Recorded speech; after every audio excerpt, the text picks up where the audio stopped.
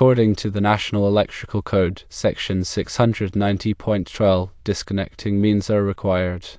Each separate building or structure served by a feeder or branch circuit must be provided with a readily accessible disconnecting means. This disconnecting means should be located at a readily accessible location outside the building or structure.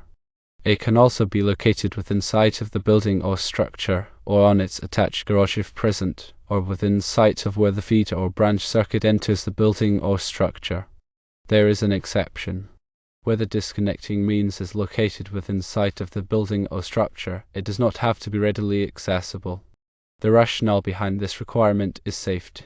A disconnecting means is required for safety purposes to allow for the power to be turned off in case of an emergency such as a fire or an electrical fault.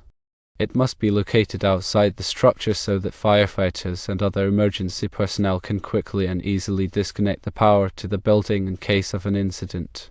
The exception allows for the disconnecting means to be placed within sight of the building if it is readily accessible, such as on an adjacent building or on a pole.